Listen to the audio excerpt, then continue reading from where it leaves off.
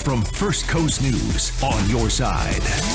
This is Good Morning Jacksonville. The team that stands for New Mexico. You're watching KOB4 News at noon.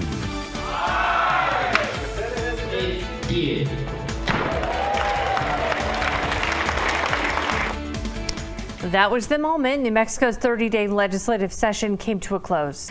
The team that stands for New Mexico. You're watching KOB4 News at 5. And we start tonight at 5 with yet another twist in the DWI deception case that has rocked the Albuquerque Police Department, local attorneys, and our entire city. Yeah, APD now says they've launched another internal investigation into a lieutenant in the Internal Affairs Division. A voice for everyone. KSHB 41 News starts right now. Tonight, our community is still reeling after yesterday's shooting at the Chiefs rally. We experienced moments of pure joy celebrating the Chiefs Super Bowl victory. Then in an instant, that bliss turned into fear, confusion, sorrow, all while confetti still floated through the air. WCCO News starts now with breaking news. Minnesota is in mourning tonight as new details emerge about a shooting that killed 3 first responders. It happened early this morning in Burnsville. About an hour ago, we heard from investigators for the very first time. Now on Sunrise, our community in mourning. Just 24 hours ago, 2 police officers and a firefighter shot and killed in the line of duty in Burnsville. We are all hurting. Our officers, our fire department, our families.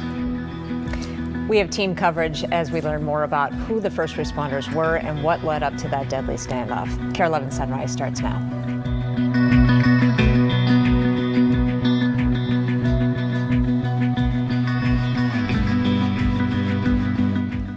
And as we start this morning, a heartbreaking image coming in from Burnsville City Hall. We're live there right now where a memorial is set up for the 2 police officers and firefighter killed in the line of duty less than 24 hours ago. Good morning, everyone. Jason here with Rena, who's in for Alicia. Absolutely. We do have a lot to cover this morning, including more on those fallen first responders. We do have some breaking news to start you off with this morning. From the city's southwest side, police say 6 people are hurt after an overnight shooting, and we know already that 1 person has died.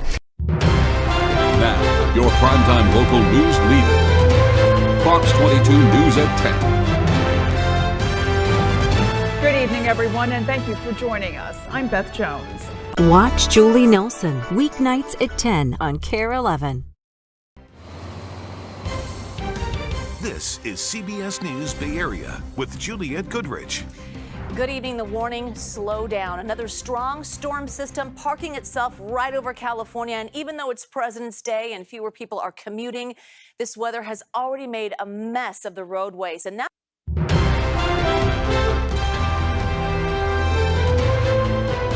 This is ABC 7 News at 6. Good evening and thank you for joining us. I'm Peter Dubois. And I'm Beth Jones. Hours of exclusive content at your fingertips. Local news on your schedule. Download the KSHB 41 app today. A voice for everyone. Breaking news on KSHB 41 News starts right now.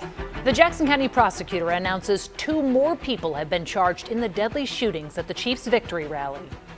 We seek to hold every shooter accountable for their actions on that day. Every single one. New today, those 2 adults are now charged in addition to the 2 teenagers who were charged last week. Yeah, you may recall 1 person killed, 22 others were shot when gunfire broke out following that Chiefs victory rally last Wednesday. Right now at 5, a body was found in Goleta Valley Creek on Tuesday morning, and now the sheriff's office is investigating that cause of death. That 70s show star Danny Masterson is behind bars at a San Luis Obispo jail. And the latest from the campaign trail, we'll have that and much more ahead here at 5. And here's a live look outside from our Santa Barbara TV Hill camera. Today is Wednesday, February 21st. The morning news starts right now. Live up and down the coast, from the beaches to the valleys, your news channel starts right now.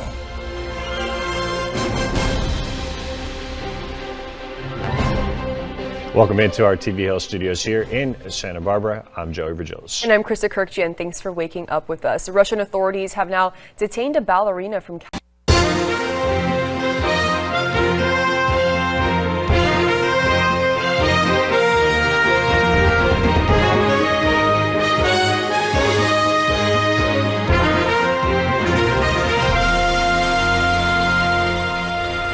歡迎各位收睇8點半新聞。大家好，我係尹俊浩。香港啟德有住宅嘅地盤。Coming up on Everyday Kentucky, we are talking with the Commonwealth Plastic Surgery Office about their current special. And later, we are ready to hit a hole-in-one at the return of the Kentucky Golf Expo. Ooh. Bringing you the brightest in the bluegrass. This is Everyday Kentucky. Well, welcome to Everyday Kentucky. I'm India Jones. And I'm Jim Caldwell. We appreciate you being here with us. We've made it to the middle of the week. It is your Wednesday. It's my... Now on WKYT Mid-Morning, a bill to prevent renters' rights ordinances. Moving through Frankfort, some legislators are pushing back. Plaza Group in Madison County is rallying for better shelter. And a new documentary on the life of a Kentucky author is out. This is WKYT News Mid-Morning. Welcome to WKYT Mid-Morning. I'm Victor Puente. And I'm Destiny Quinn. We're going to have a beautiful... You're watching WAFF 48 News today. Hey, welcome in on this Thursday morning. Hope you're doing okay. We've got Jeff in for Eric today, talking about windy day, also rain on the way.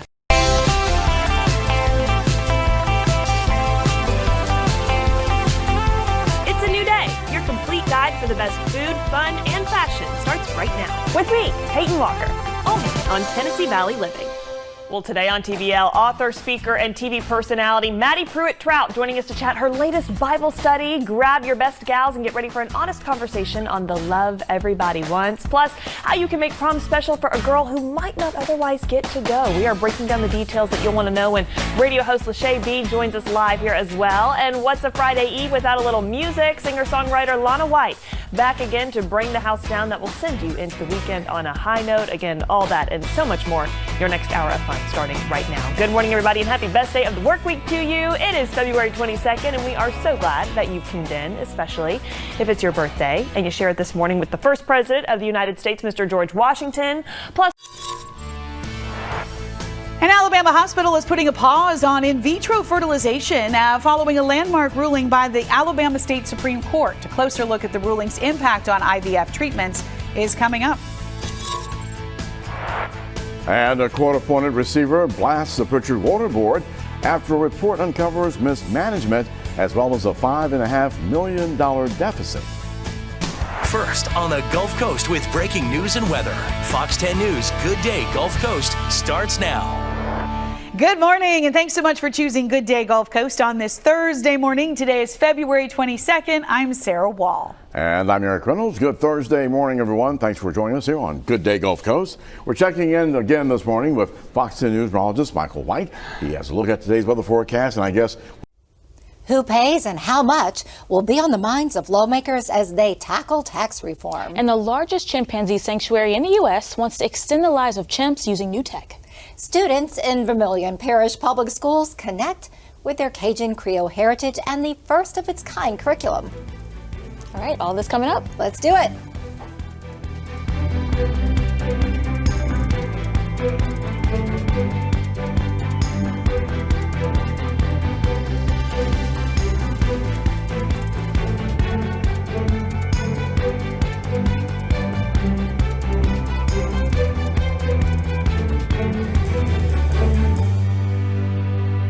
Hi everyone, I'm Kara St. Cyr. And I'm Karen LeBlanc. More on these stories in just a moment. But first, I am not seeking re-election come 2024.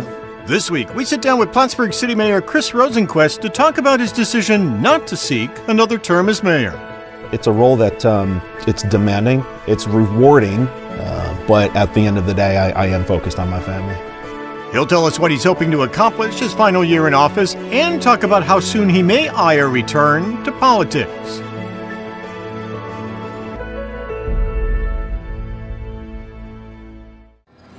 The race for the Midland County Sheriff is on, and Basin PBS is the place you can count on to hear from the candidates. Join us as the candidates address the issues. Watch the debate live from the Basin PBS studios. Tune in Thursday, February 22nd at 7 p.m. on Basin PBS, or be a part of our live studio audience and arrive at the Basin PBS studio at 6:30 p.m. Submit your questions via social media on the Basin PBS Facebook page.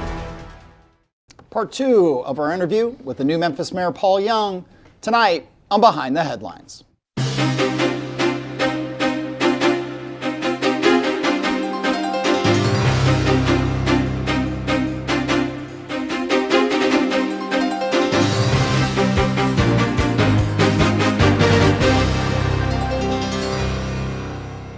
I'm Eric Barnes with the Daily Memphian. Thanks for joining us. We do have Paul Young, the new Memphis mayor, on the show again this week. Thanks for being here. Thank you for having me. Along with Bill Dries, reporter with the Daily Memphian. If you missed the show last week...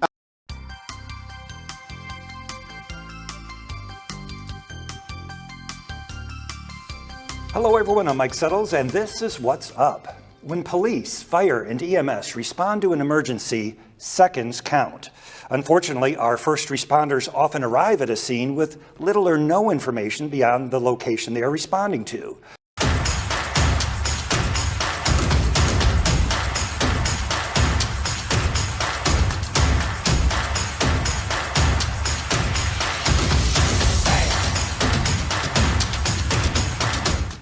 The caucuses are over. Donald Trump won. So what's next?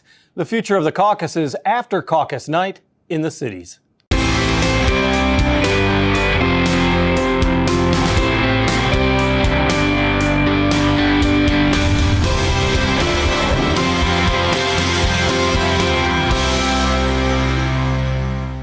It wasn't the most attended caucus in caucus history, sub-zero temperatures after a weekend blizzard, but it was still an impressive turnout for some. Community-centered, community-supported.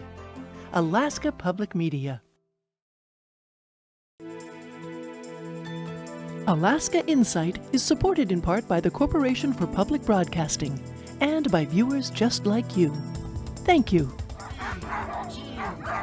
The K300 sled dog race in the Bethel region last weekend tested racers with frigid winds and deep cold. Pete Kaiser met the challenge to win his 8th victory and is already focused on future runs. Obviously, we have to come back next year with a lot of good training and a good dog team, and that's not easy. So every one of these victories that I've had, I'm very thankful for, knowing, it could be the last. You never know. What might sled dog racing in Alaska look like in the next year and in future decades? We'll talk with racers about how they're planning and what they expect right now on Alaska Insight.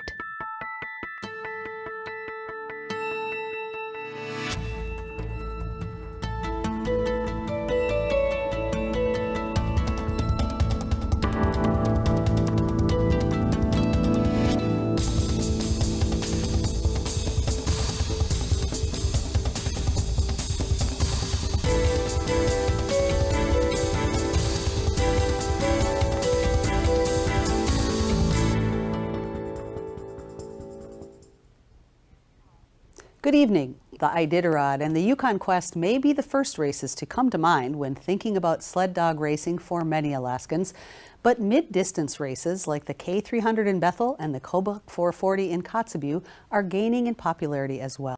From the Alvin and Rosalie Sarachek studio, PBS Kansas presents Kansas Week. A new proposal wants you to stub out that cigarette the next time you hit the casino floor. Plus, taking concerns over the southern border to the Kansas State House. But first, a new day for Kansas school funding as the state Supreme Court says we're out of it for now. That's what we're talking about right now on Kansas Week.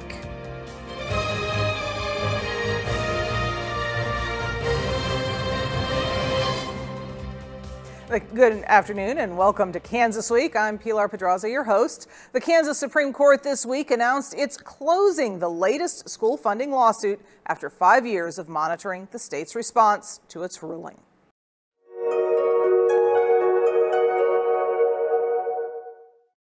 Funding for the Hinckley Report is provided in part by the Cleone Peterson Eccles Foundation Fund.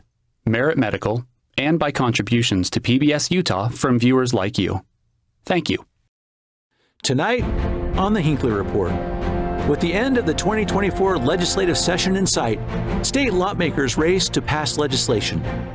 Leaders adjust spending recommendations after receiving new revenue numbers. And Utahns react as Congress continues to debate tough issues.